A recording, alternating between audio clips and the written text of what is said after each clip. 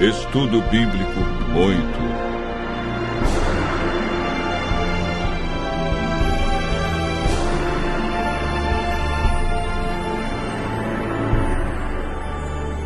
O milênio.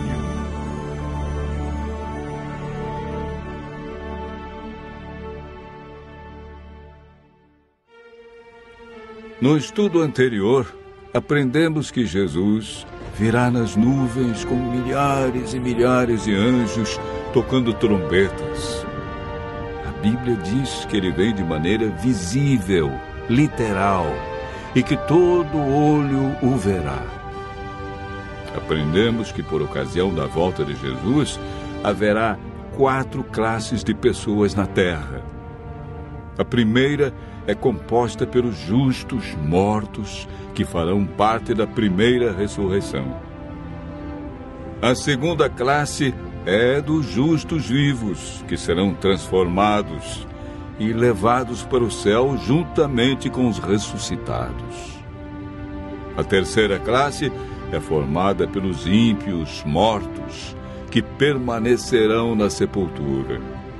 A quarta classe é a dos ímpios vivos, que serão mortos pelo resplendor da glória de Cristo.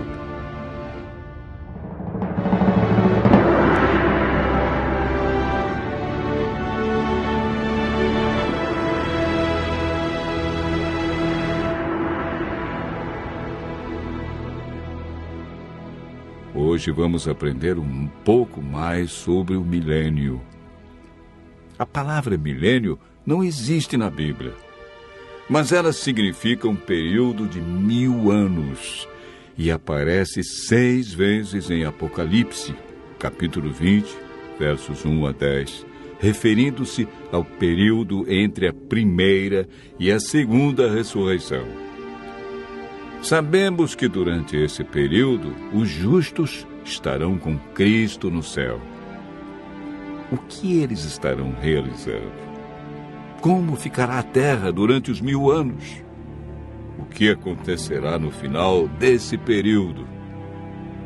Durante o milênio, os salvos participarão do juízo chamado juízo de comprovação.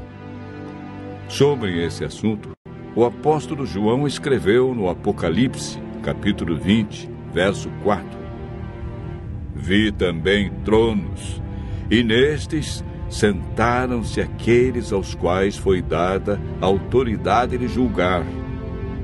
Vi ainda as almas dos decapitados por causa do testemunho de Jesus, bem como por causa da palavra de Deus, tantos quantos não adoraram a besta, nem tampouco a sua imagem, e não receberam a marca na fronte e na mão, e viveram e reinaram com Cristo durante 1000 anos.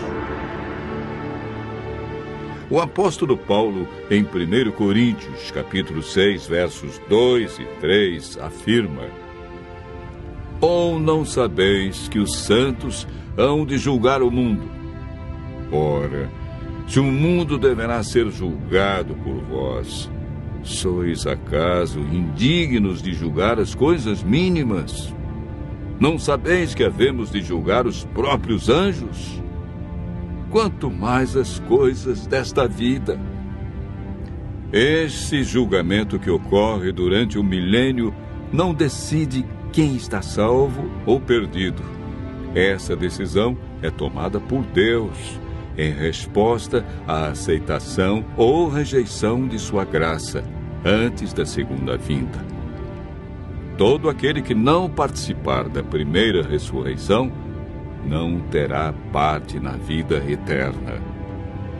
Esse julgamento no qual os santos participam tem o propósito de responder a qualquer questão que os justos possam ter sobre a razão pela qual os ímpios se perderam, confirmando o veredito de Deus sobre eles. Enquanto isso ocorre no céu, qual é o cenário aqui na terra? O profeta Jeremias, no capítulo 4, versos 23 a 26, e capítulo 25, verso 33, responde da seguinte maneira: olhei para a terra, e ei-la sem forma e vazia. Para os céus, e não tinham luz. Olhei para os montes, e eis que tremiam, e todos os outeiros estremeciam. Olhei, e eis que não havia homem nenhum, e todas as aves dos céus haviam fugido. Olhei ainda, e eis que a terra fértil era um deserto, e todas as suas cidades estavam derribadas diante do Senhor, diante do furor da sua ira. Os que o Senhor entregar à morte naquele dia se estenderão de uma a outra extremidade da terra. Não serão pranteados, nem recolhidos, nem sepultados. Serão como esterco sobre a face da terra. O milênio é o período em que se cumpre esta profecia, quando a terra ficará sem forma e vazia como um deserto, como um abismo. Não haverá pessoa viva e as cidades estarão todas destruídas diante da vinda de Cristo. A terra ficará cheia de mortos, sem haver quem os sepulte. Estas circunstâncias são as cadeias que prendem Satanás a esta terra, contemplando o resultado da sua obra de morte e destruição, conforme descrito por João em Apocalipse 20, versos 1 a 3. Então vi descer do céu um anjo. Tinha na mão a chave do abismo e uma grande corrente. Ele segurou o dragão, a antiga serpente, que é o diabo, Satanás, e o prendeu por 1000 anos. Fechou e pôs selo sobre ele, para que não mais enganasse as nações, até se completarem os 1000 anos. Depois disto, é necessário que ele seja solto pouco tempo. Após os 1000 anos, ocorre a segunda ressurreição. Farão parte desta ressurreição todos que rejeitaram a Cristo, sua lei e seu plano de salvação. Apocalipse capítulo 20, verso 5, afirma: os restantes dos mortos não reviveram até que se completassem os 1000 anos. Esta é a primeira ressurreição. Eis agora o grande drama do Apocalipse. Acabaram-se os 1000 anos. Deus ressuscita todos que o rejeitaram e, consequentemente, Satanás é solto de sua prisão. Apocalipse capítulo 20, verso 3, diz que, depois disto, ou seja, depois do milênio, é necessário que ele seja solto pouco tempo. Por que pouco tempo? Porque Satanás realizará a sua última obra de engano na terra, preparando um grande exército, tão numeroso que a Bíblia diz que será como a areia do mar, para atacar a cidade santa, a nova Jerusalém, que João viu descer do céu. Esse maravilhoso acontecimento é descrito por João em Apocalipse, capítulo 21, verso 2. Vi também a cidade santa, a nova Jerusalém, que descia do céu, da parte de Deus, ataviada como noiva adornada para o seu esposo.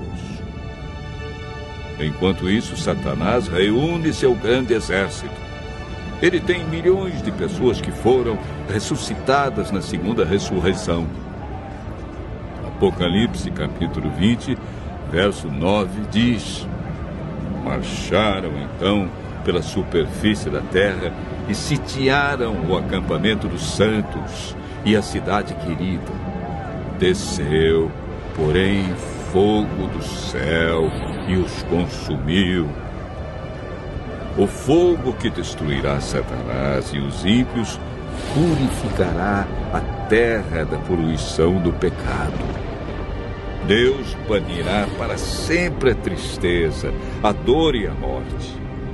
Os justos, então, receberão as boas-vindas para o seu novo e eterno lar. Nunca mais pecado, e nem pecadores, dor, sofrimento ou morte. Continue ouvindo a voz de Deus e se preparando para um novo céu e nova terra.